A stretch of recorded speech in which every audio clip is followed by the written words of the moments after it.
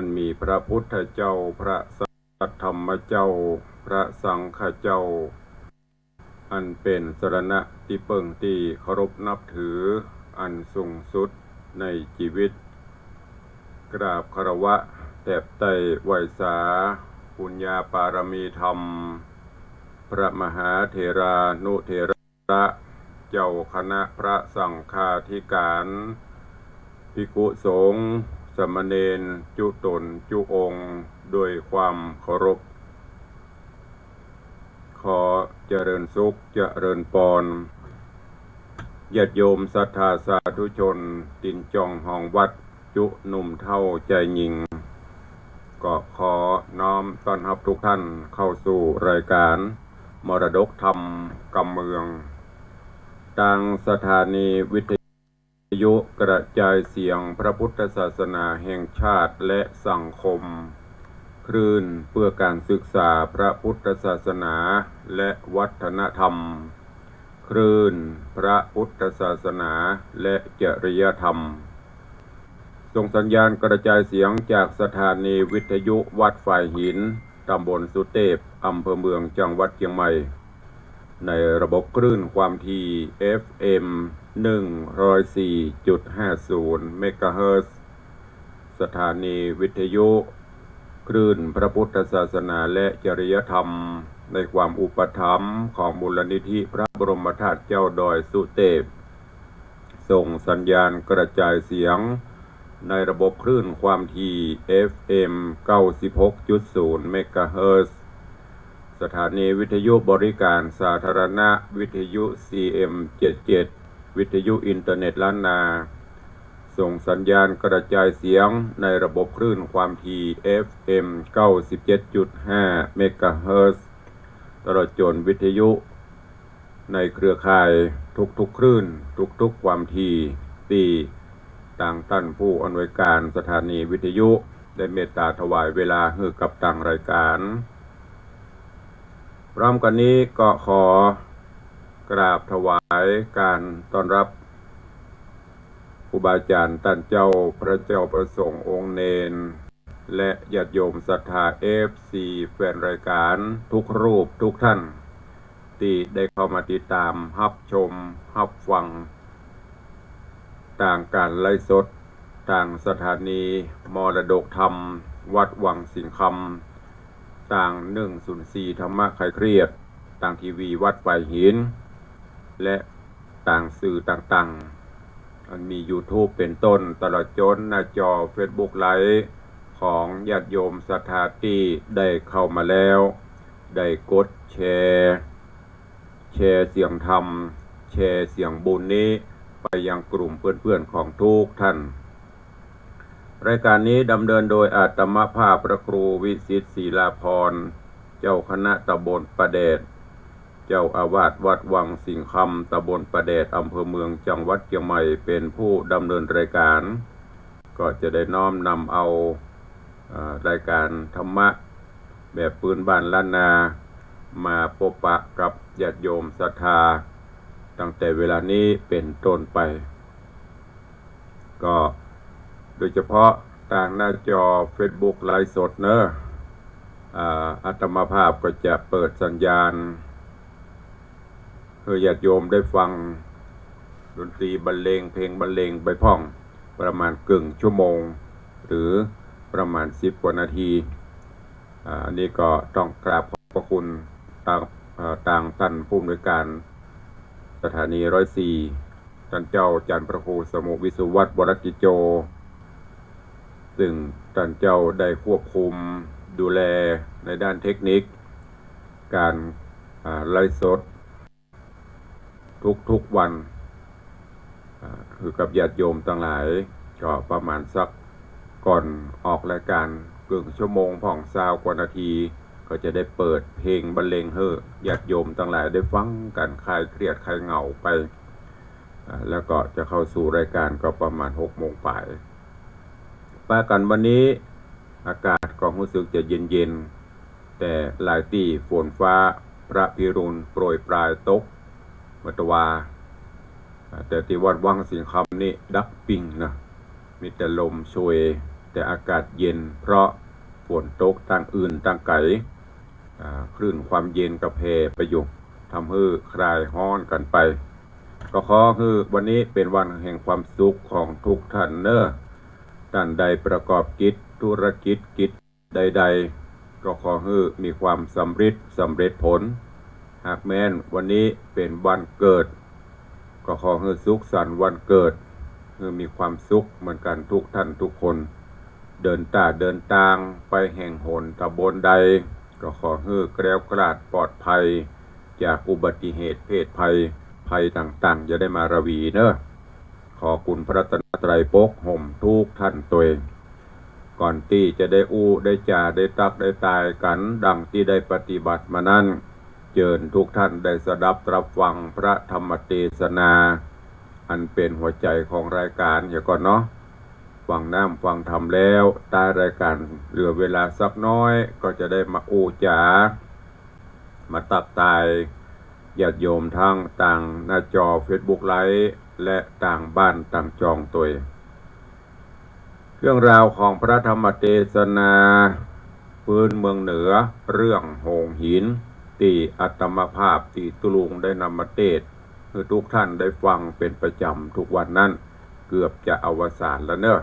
ผ่านประ7ผูกด้วยกันวันนี้ก็จะขึ้นผูกที่8ในกรอนที่แล้วก็มาถึงที่พญาปรันตป๋าหลังจากที่ได้สืบสาวเล่าเรื่อง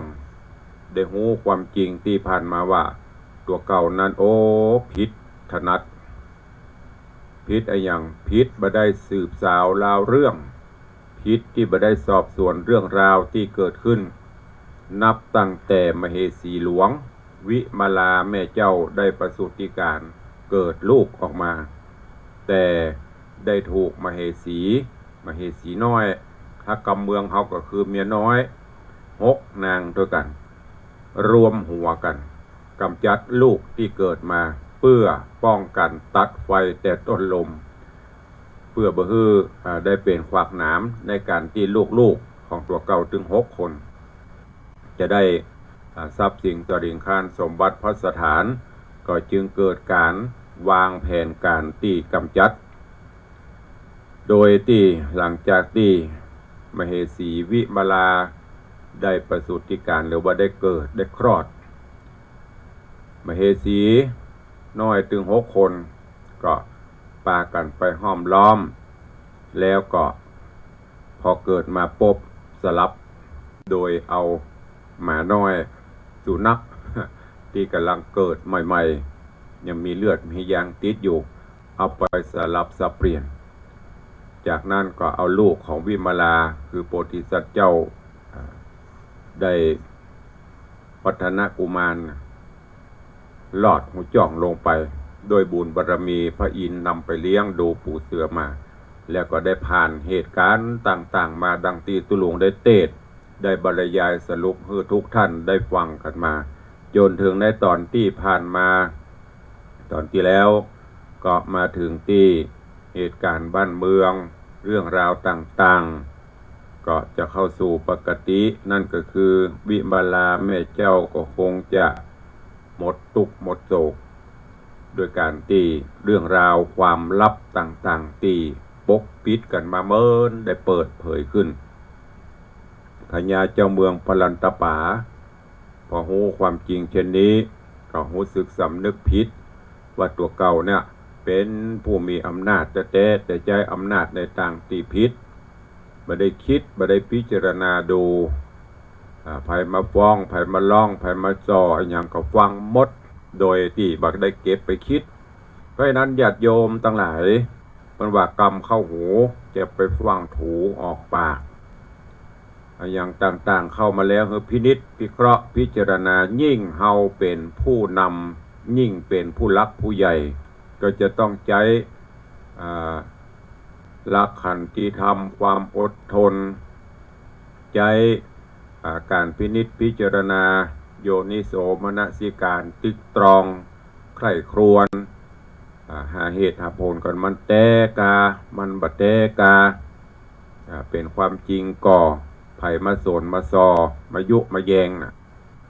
อันเนี้ยญาติโยมทั้งหลายยิ่งสถานการณ์บ้านเมืองเฮาในปัจจุบันนี้จำเป็นที่จะต้องใช้ธรรมะข้อนี้นักพินิจพิเคราะห์พิจารณายิ่งอย่างที่ตุลุงเคยบอกไปโลกทั้งโลกอยู่บนปลายนิ้วโลกทั้งโลกอยู่บนฝ่ามือข่าวสารสื่อสารต่างๆที่เผยแพร่กันออกมานั่นต่างสื่อโดยเฉพาะ Facebook ก็ดีไลน์ก็ดีอย่างก็ตาม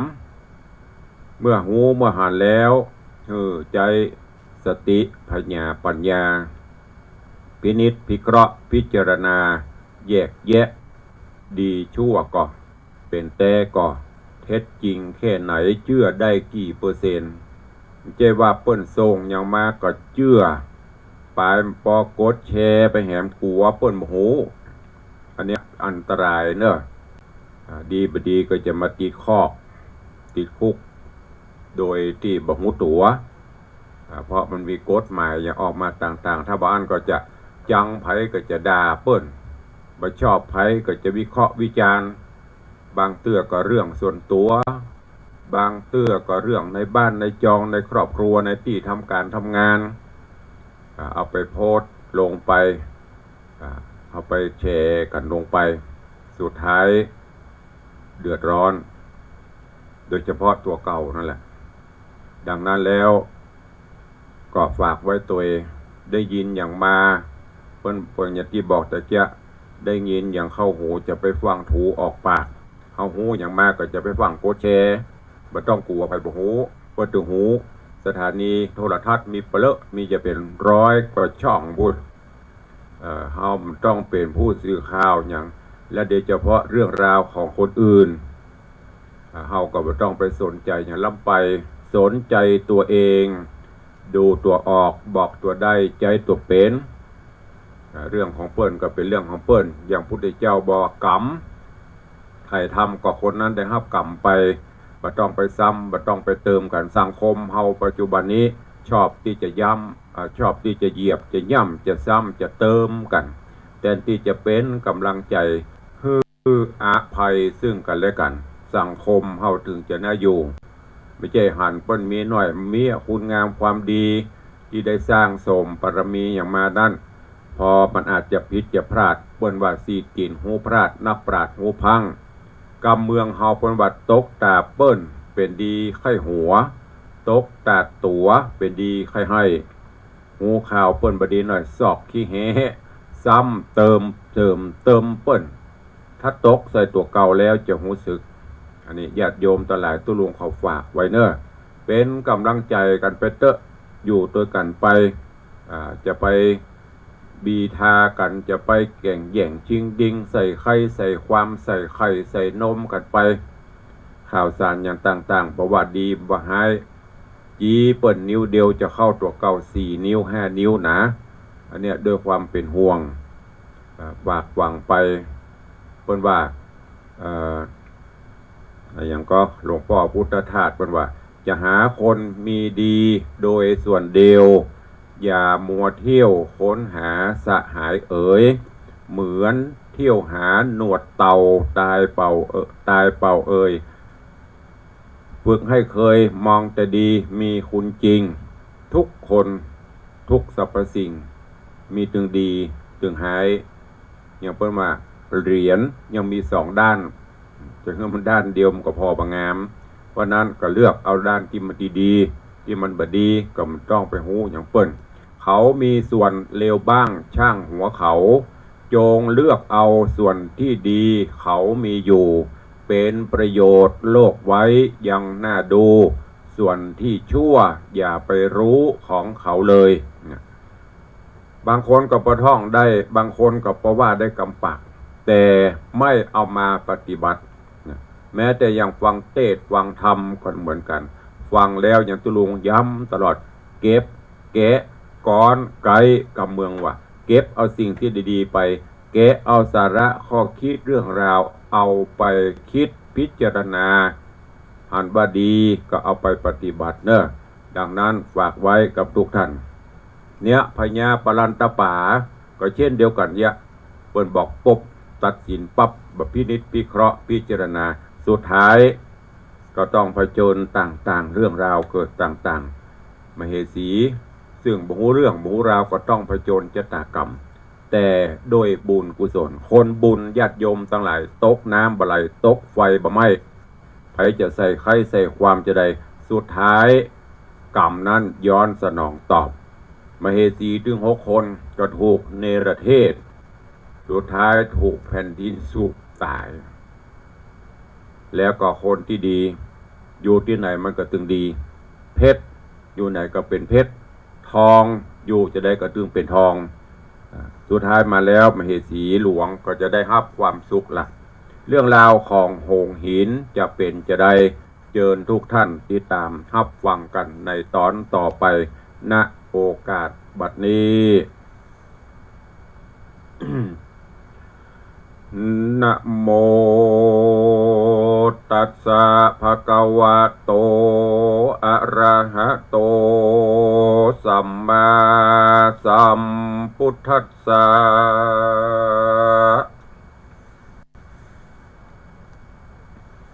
ตะโตโสปันนะราชารัฐาภิรัมมาปิติลาพันติสุขันติดูราสัพปุริสะตังลายเนยายนี้จะไขข่าวถึงต้านเต้าปรันตะป่าอันเป็นพญาพันแผ่วการเวนเมืองฮือลูกแก้วปุตตา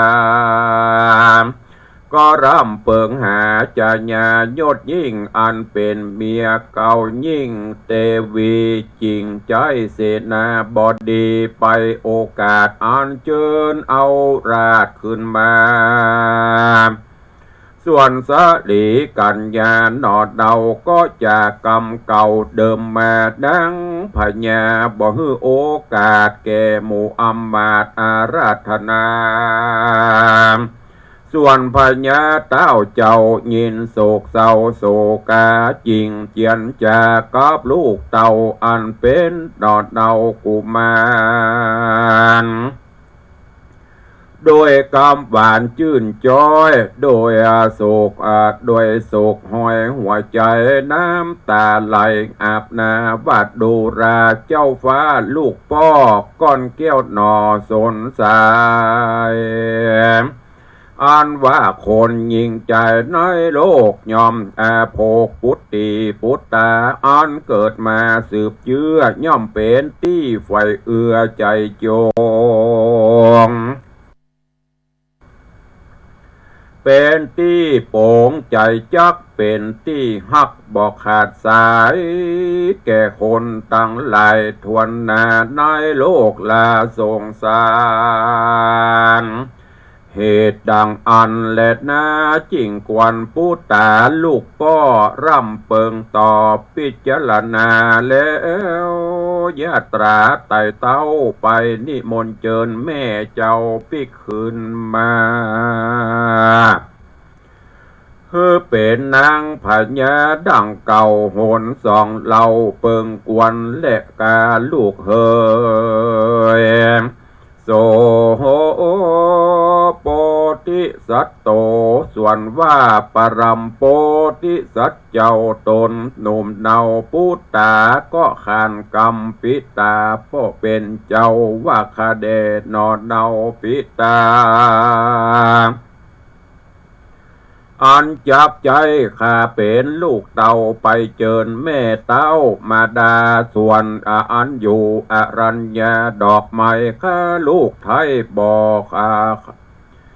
ขัดราชการแห่งพระภูบาลตนป้อไทยป้อใดดังคาไทยลำเปิงดู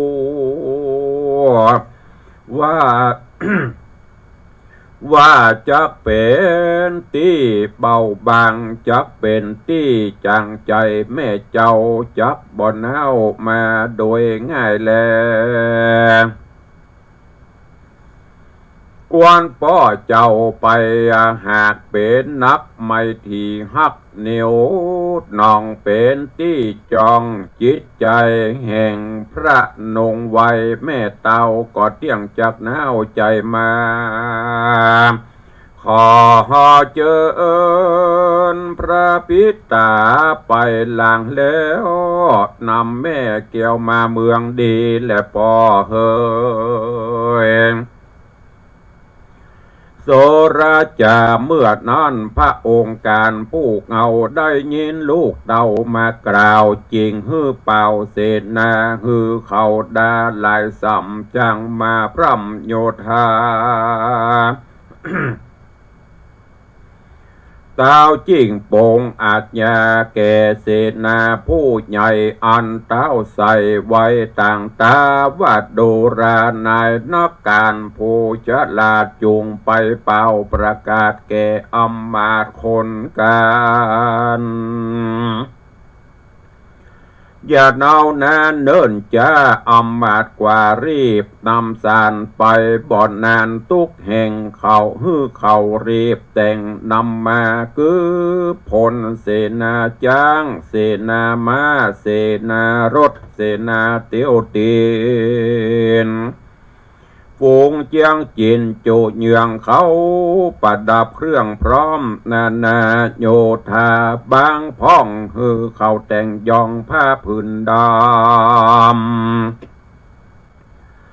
ลางพ่องคือเข้าเครื่องพื้นเหลืองฮือรายเรืองเลื่อมหลอกคือดังดอกกันนิกาโยธาลังพ่องฮือเขาแต่งยองเครื่องแดงแสงฟ้าฮือดังดาวอยู่ฟ้าฮือปอยก่อนหน้าตามหลังจูงแต่งได้เลี้ยวปันแดดทะลาตาโต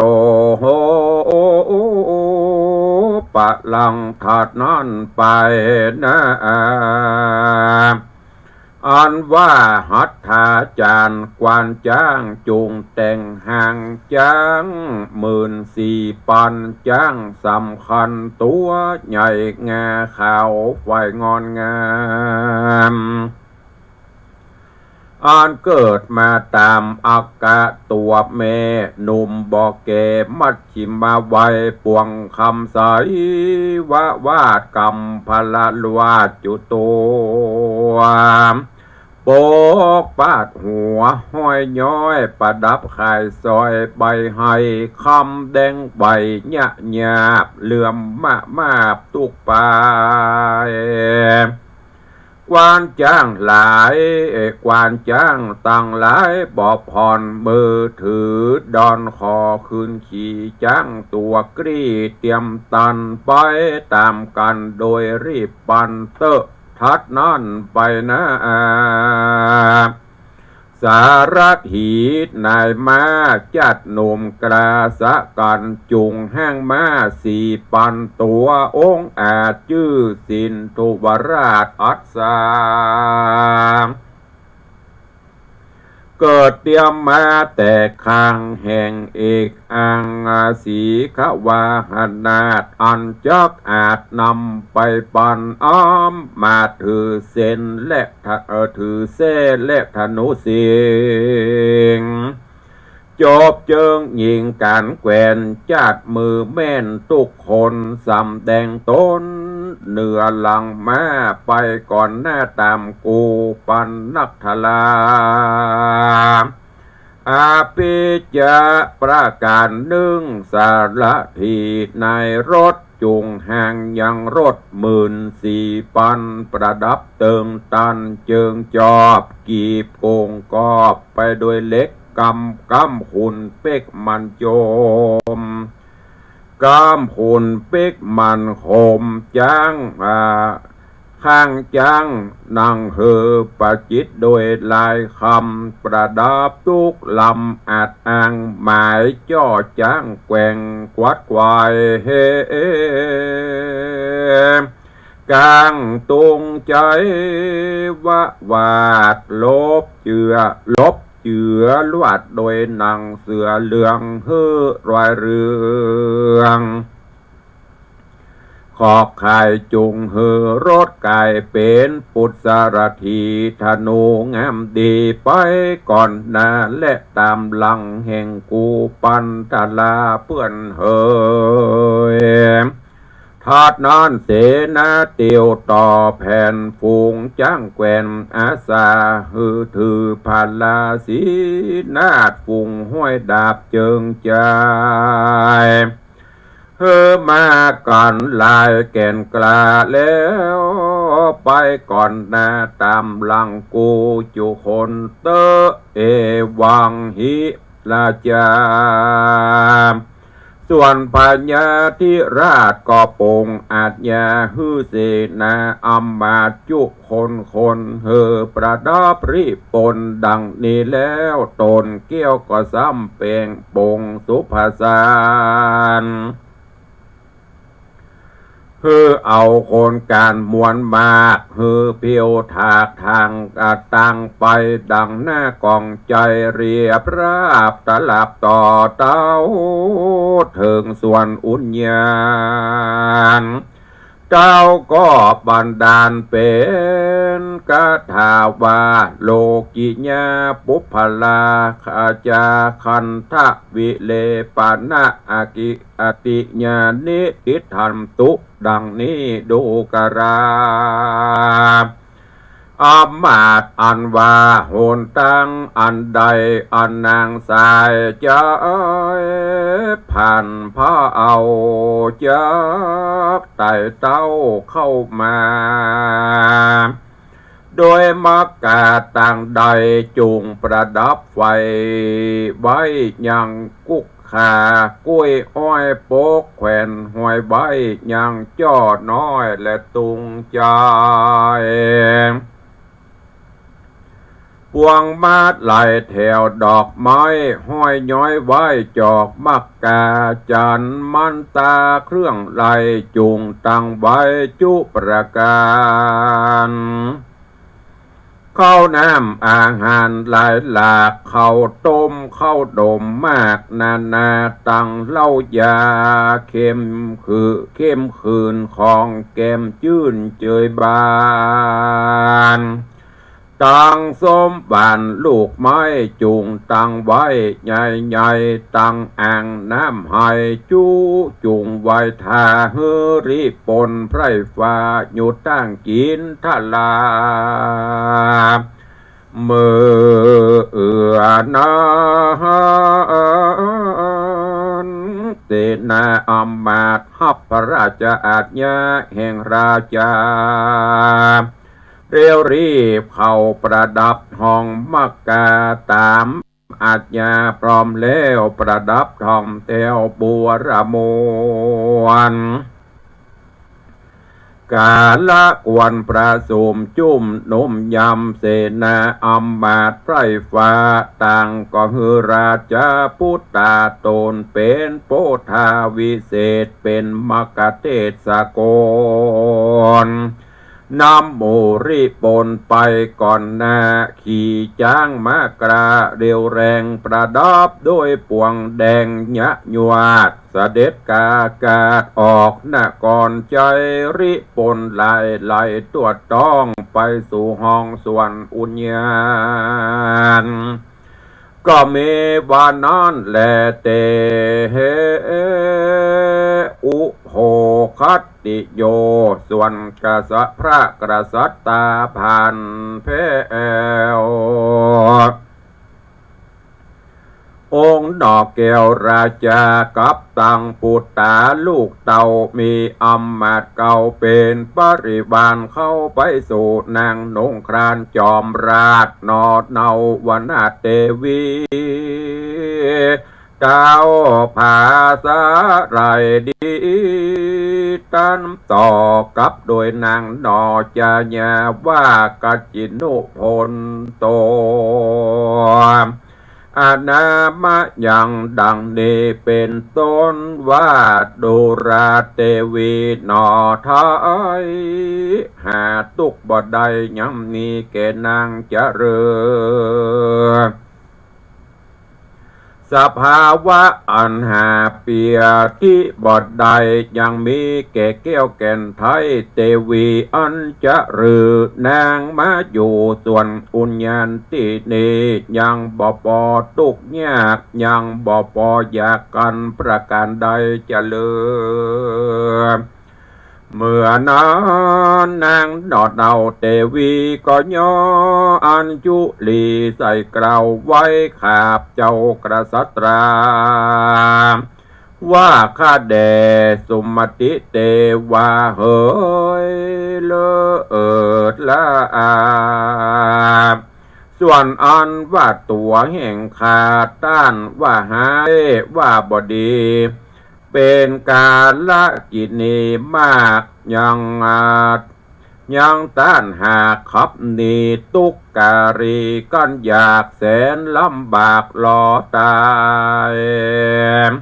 เจ้าหงควายเลี้ยงปากโอดตุกยากเตียวหนอันปู่ย่าสองคนเลี้ยงไว้ข้าบาทไทยเตี้ยงแดนตายบัดนี้อย่างก้อยสบายหายโศกเศร้าอยู่กับสองเท่าสวัสดีและพระเจ้าเฮยเมื่อนั้นพระกษัตริย์ธิราชก็กล่าวถอยว่ากรรมดีว่าดูรานางเตวีเฮยน้องหักพี่จงฟังกำจาส่วนกูพี่นี่นาแต่ก่อนดูไรผ่อนเขียมพระญาบ่พิจารณาทวนทีเฮอแจงตี้หานักเบาปล่อยฟังกรรมเขาแม้สนสอบบ่ได้ติดต่อฮือหันให้ดีได้ครับนางนี้เจียนจากฮือน้องเกี่ยวพระไก่กาบัดนี้กูพี่สว่างใจมาหา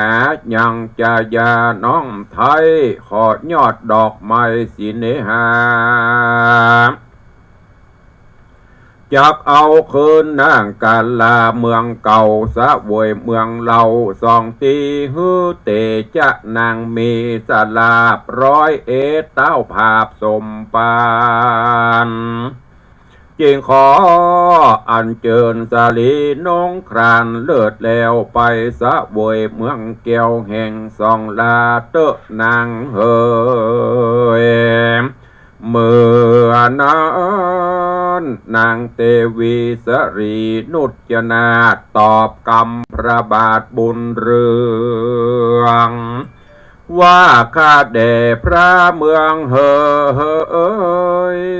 เจ้าฟ้าปลายปานข้าบ่นามแน่บ่นาแนงบ่ใจบ่หักแป้งพญาอยู่หัวเกลาได้โจงจังบาดเจ้าก็บ่มีสับกายเจ้าว่าข้ายินละอายไพร่ฟ้าข้าจักจีนเขาจักจีหน้าว่าการละกินนีป้อยเอาเป็นเทวีดังเก่าเขาจักเล่าตัวแดนดินข้าน้อยบ่ยินจักคืนเมื่อใดขออนุญาตบาดไทยเหนือหัวก่อนและนาเมื่อนั้นปะญาปลันตาเมื่อนั้นพระปรมโพธิสัตว์เจ้าตนเป็นลูกเต่าปุตตาได้ยินพระมารดาคืนกรรมมาต่อขัดขวางต่อป้อพญาเจ้าเมโศกาโศกเศร้าก็ลมเล่าแม่มารดาว่าอัมมะข้าแด่มารดาเจียงจะเอาขอแม่เจ้าจุงฟังสารอันว่าเตียวสงสารนี้เอ็นาบ่มันบ่เตียงหูควบยังไปมาหูเจรามรณาตย่อมบ่โป้นโอกาสย่อมบ่เป็นโอกาสกับตัวตนเกิดมาเป็นคนนี้เตียนยอมเวียนตายเวียนเกิดลางคาบได้เกิดเมืองสวรรค์ ล้างคราบบาปปาพันไปเกิดตีบ่พาเสดอเวจีล้างคราบได้เกิดเป็นดีสมบัติมากล้างคราบเกิดมาเป็นคนทุกข์ยากไหลเข็นใจล้างคราบก็ได้เป็นเจ้านายผู้ใหญ่ล้างคราบได้เป็นไพร่ประจาล้างคราบได้เกิดมาเป็นพี่น้องกันป้อยมาปัดพรากกันเสียล้างคราบเป็นผัวและเมียกันแล้วป้อยห้างล้างคราบได้เป็นเจ้าจ้างป้อยได้เตียวตีนล้างคราบได้กินล้างคราบก็มากันอยากอันนี้ก็หากธรรมดาจะแลนาแห่งสตาเกิดมาในโลกบางคาบทุกโศกบางคาบก็สุขบานเกิดมาในสงสารย่อมบ่มันเตี้ยงและนาแม่เฮยเนติตังขีญาสังวันนาวิเศษจาห้องเหตุธรรมเทศนาหงหินผูกทวน8ตอนที่1ก็บังโกมสมเร็จสเดชพระธรรมเทศนาหงหินจบไปแฮมตอน1อันเป็นผูกทวนที่8ตอนที่1ก็แฮมสักตอนก็คงจะอาวสานลงเนอะเรื่องราวในตอนนี้พญาเจ้าเมืองปาลันตปาได้ไปทูลเจิญเอามเหสีวิมาลาเมียหลวงเมียเก้าเพื่อที่จะเข้าสู่บ้านสู่เมืองหลังจากที่ดังที่ได้กล่าวไปตะกี้แต่ต้นแล้วว่าเรื่องราวต่างๆก็ได้คลี่คลายลงสถานการณ์คลี่คลายลงไปในทางที่ดีนิมิตอันดีจะเกิดขึ้นโพธิสัตว์เจ้าวัฒนกุมารหลังจากที่พ่อพญาปลันตปาบอกไปขอแม่ปีกมาไปเอาแม่ปีกมาโพธิสัตว์เจ้าก็บอกโอ้มันเปิงพ่อเหยข้าบัดเจ้าเป็นลูกมันบันแน่นจ่อย มันบันแน่นใจเหมือนอีป้อนะอีป้อไปคนเดียวอันนี้เป็นคำอู้เลยพ่อไปคนเดียวจะดีกว่าพญาปลันตปาก็หูสำนึกและก็กึดว่าคงจะเป็นเช่นอย่างที่ลูกว่าก็เลยสั่งเสนาอำมาตย์ห้างจ้างห้างม้าแล้วก็ป้ากันไปสู่ยังส่วนอุทยานเพื่อที่จะไปเชิญเอาแม่นางวิมาลาเข้าสู่บ้านสู่เมืองในตอนนี้กำลังกำลังเชิญก็อย่างคนบ่ายอย่างก็ยิงอย่างใจยิงงอนยิงอย่างเนี้ยตัวลูกจำไม่ได้กรรมมันก็ใจก็ค่อยมาแต่ก็ต้องห่อไว้เหลี่ยมไว้ลายหน่อยคือเก็บความขมขื่นไว้ในใจมาเมินล่ะเลยระบายออกมาทุกวังต่างๆนาโอ้มาก่อนเปิ้นมาไปจ่ายยังแบบพิจารณาอีเตอะยังมาหูเบาครับข้าเจ้าไล่ข้าเจ้าอย่างหมูอย่างหมาถ้าเป็นกรรมบ้านเฮานะจึงมันยินดีตีขาอย่างไล่ออกบ้านออกเมืองไปจ้ะน่ะโอ้กว่าจะอันมาปบบ่อุ้ยแม่เท่าต้องละหกละเฮินละเฮละโวนไปสปะทุกขเวทนามาบัดเดี๋ยวกำลังจะได้สุขสบายน้อยมาอยู่กับลูกกับเต้าตัวไปเตอะข้าเจ้าหมู่เมือข้าเจ้าไปเตื้อกลัวหมู่เสนาอำมาตย์ทั้งหลายเพิ่นจะเล่าจะขานว่าเอากาลกินีปิกมาบ้านมาเมืองแหมในตอนนี้กำลังอยู่ตอนในตอนที่กำลังปรับความเข้าใจกันพญาปลันตปาก็ย้อมดักปิ่งฟังวิมาลาแม่เจ้าพร่ำบ่นฟังอย่างเดียวสุดท้ายจะลงเอยจะได้ก้อยติดตามฟังในตอนต่อไปเนอะวันนี้ก็ขอโปร่งวางไว้แต่เพียงเท่าอีก่อนก็ขออนุญาตเนาะ ใต้รายการเหลือเวลาแถมหน่อยก่อนที่จะแจ้งข่าวสารใดๆก็ขอไปตักไปตายพี่น้องสถานบุญทั้งบ้านทั้งจองที่ได้เข้ามาติดตามรับชมรับฟังทางหน้าจอ Facebook ไลฟ์กันวันนี้ก็เจริญปอนตังบนนี่มันบหารทีกราบไหว้สาเจ้าหลวงพ่อธรรมพระครูเจ้าสาธุเจริญปอนเนอะครูบอยเทพประสิทธิ์เจริญปอนโยมสนจันทร์สอนคำเจริญปอน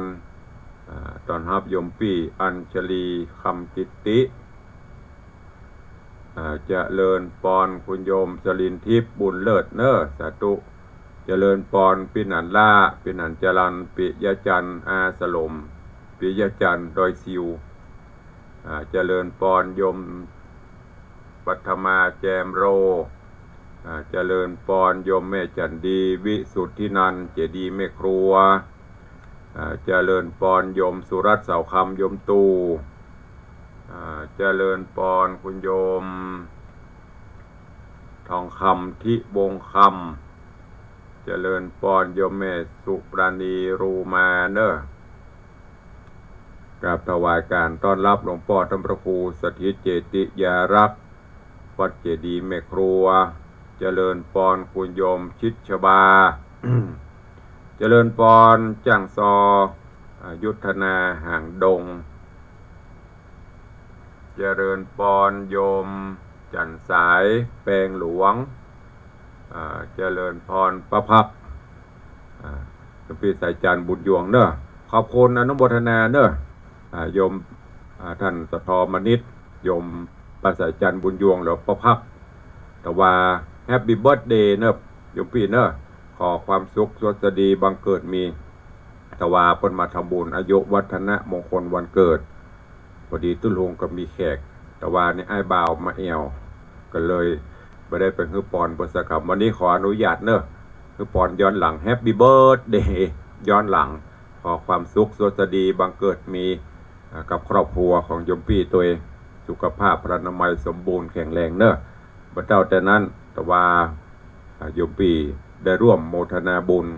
ในโอกาสทำบุญวันเกิดของเปิ้ลร่วมถวายเป็นการพิมพ์หนังสือที่ระลึกในงานวันเกิดตัวเองก็เดี๋ยวจะประกาศทำบุญทำคำเนาะขอบคุณเนอะเจริญปอน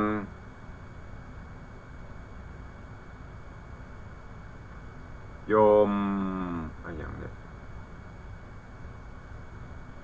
โยมสมทรงสิทธิตาเจริญปอนคุณโยมยายเพลินเปื้อนเกษตรเจริญปอนโยมแม่ดาหวันคำวังเจริญปอนคุณโยมบาลีอินทกูลเจริญปอนโยมแม่เลี้ยงทัดพิชาสุสิงคำกราบถวายการต้อนรับเดชพระคุณหลวงพ่อท่านพระครูโกมุตสิทธิการวัดโกมุตพุทธรังสีกรุงเทพมหานคร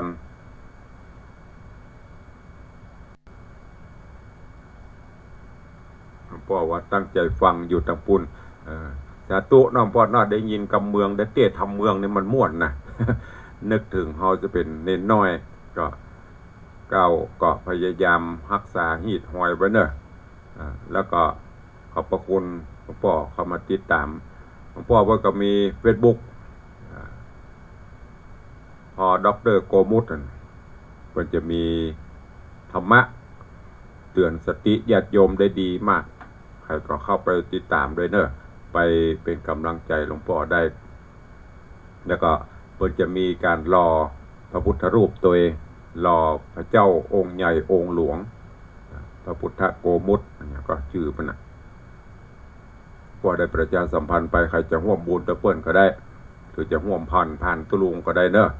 หรือถ้ามีโอกาสไปกรุงเทพก็แวะไปกราบได้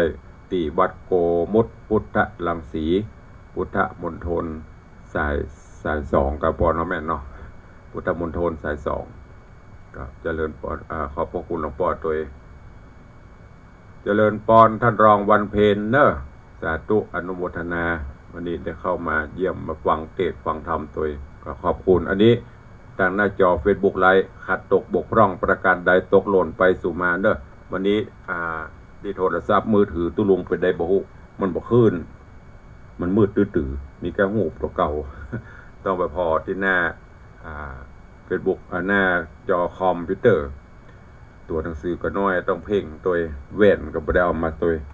ขอประทานอภัยหากบ่ได้ตักได้ต่อได้ผิดพลาดก็สู่มาเด้อก่อนที่จะตักจะตายทางบ้านก็ขออนุโมทนาขอบคุณญาติธรรมญาติโยมเด้อที่ได้ร่วมเป็นเจ้าภาพจัดพิมพ์หนังสือขอบคุณโยมป้อร้อยตรีสมพงษ์โยมแม่มุกดาวิไลพันธ์ร่วมบริจาคพิมพ์หนังสือ300 บาทโยมแม่จันเพ็ญคำโปธาร่วมบริจาคพิมพ์หนังสือ300 บาทโยมแม่จันโสมมอนศรีบ้านร่องบอนเหนือสายบุญของมากับโยมปี้อัญชลีคำกิตติร่วมทำบุญ300 บาทโยมปี้อัญชลีคำกิตติบ้านร่องบอนเหนือก็ร่วมทำบุญมา300 บาทโยมแม่บัวไหลกันทิยะปากร้องน้ำดิบประสางร่วมทำบุญมา150 บาทอันนี้เป็นแล้วก็มีโยมประภักที่9ปัตตะกี้ร่วมทำบุญมาตวา750 บาทเนอะขออนุโมทนาบุญขอบคุณกับทุกท่านในตอนนี้ก็ยังประชาสัมพันธ์ร่วมทำบุญครับเป็นเจ้าภาพกันไปเรื่อยๆหนังสือตอนนี้กำลังได้ประมาณ200 กว่าเล่มค้างแหมประมาณ700 กว่าเล่มเนอะจะจัดพิมพ์ประมาณ 1,000 เล่มใครจะร่วมบุญกุศลก็เจริญปอนเจิญเอาแล้วเนาะเหลือเวลาแถมน้อยจะได้ตักได้ตายญาติโยมต่างบ้านต่างจองเดี๋ยวจะน้อยจ่วยตัวลงบึงเฮาโอ้ละกาก็ตั้งหน้าไม่ตั้งหน้าเฟซอู้ไปแล้วตอนนี้ไปก็อู้ต่างบ้านต่างจองแต่ว่าก็โยมแม่ครูเหรียญทองบอกว่าโทรหาตุลุงบ่ฮับอีหรอกไม่จะห่วมหนังสือสัก10 เล่มวันนี้ฮับละใครจะอู้ตัวตุลุงเข้ามา0817836540ห้อมก็ได้ห้อมก็ได้เป็นกำลังใจเข้ามา0817836540แต่ว่าโทรศัพท์ไว้นอกปุดปิดเสียงแฮม วันนี้เข้ามาพร้อมเตรียมพร้อมจะมีใครไหมเอ่ยที่จะโทรมาเป็นกำลังใจกันว่างโล่งลึงดักปิงเนอร์กดเลย0817836540จะเลินปอนสายแรกจากที่ไหนนมัสการครับปู่เฟิร์นคนท้ายครับสาธุตัวมากำลังใจท่านนะครับขอบคุณบุญรักษาเจริญปอนสายต่อไปภาษาเจ้าภาษาเจ้าแม่เนี่ยเจ้าขอบคุณเด้ออนุโมทนาสัญญาณซ้อนกันจันคำแสงบุญตะกี้ครับเป็นพันเทครับบ่ต้องลากเสียงยาวนะไอ้เนอะบ่ต้องไปเอาเสียงยาวลำไปครับเป็นพันเทครับก็จะโพสเอามาได้เสียเวลาไป5 นาทีครับผมเจริญป้อนขอบคุณก็จบละแม่มอนเสียงแม่มอนก็อันย้อนเนอะยกอยากเอาเป็นว่ารายงานตัวรับทราบเด็กหญิงจันคำแสงบุญสายต่อไปใครจะอู้ตัวเข้ามา0817836540วันนี้มาแล้ว2 สายบัดถึง10ละเดียวทางบ้านเพิ่นบ่ฟังกันละเดียวอย่างที่ได้บอกไปเดี๋ยวเพิ่นไปตังอย่างก็ตัง Facebook ไลฟ์ละทันสมัยใจสื่อเป็นประโยชน์ได้หันหน้าหันตาด้วยแต่ทางบ้านบ่ค่อยมีละใครฟังทางบ้านทางจองก็มี2 คนเตี้ยกะฟังตุลุงเจ้านี่มีแฟนพันธุ์แท้ครับก็ไม่มอนจันคำอย่าเตี้ยนอกนั้นดักปิ่งไม่มีใครเหรอก็งานกิจกรรมตารางงานของวัดเนอะจะมีอยู่งานที่จะต้องทำที่จะถึงนี้ก็คืองานทำบุญ ส่งน้ำพระธาตุเจริญปอนแม่ นมัสการฝนตกก็ ไม่มีเลยแต่อากาศเย็นสบาย มันถ้าจะตกที่อื่น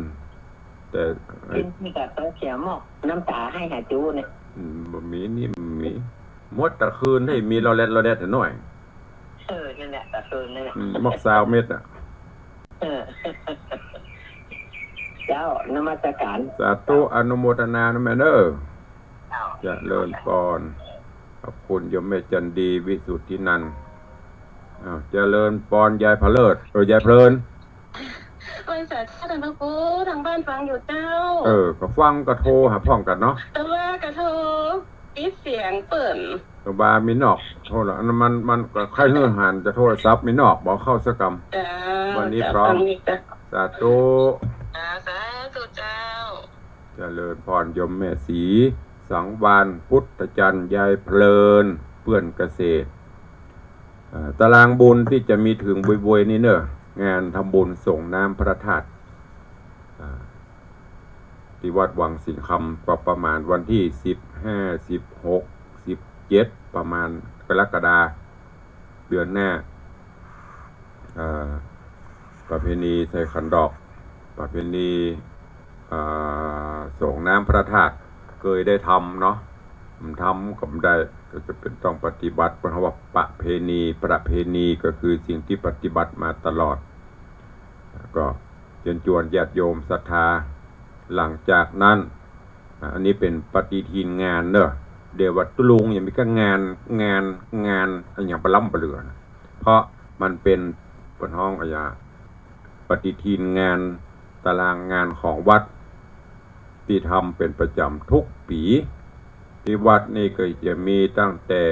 1 มกราขึ้นต้นปีใหม่จากขึ้นต้นปีใหม่ก็จะไปงาน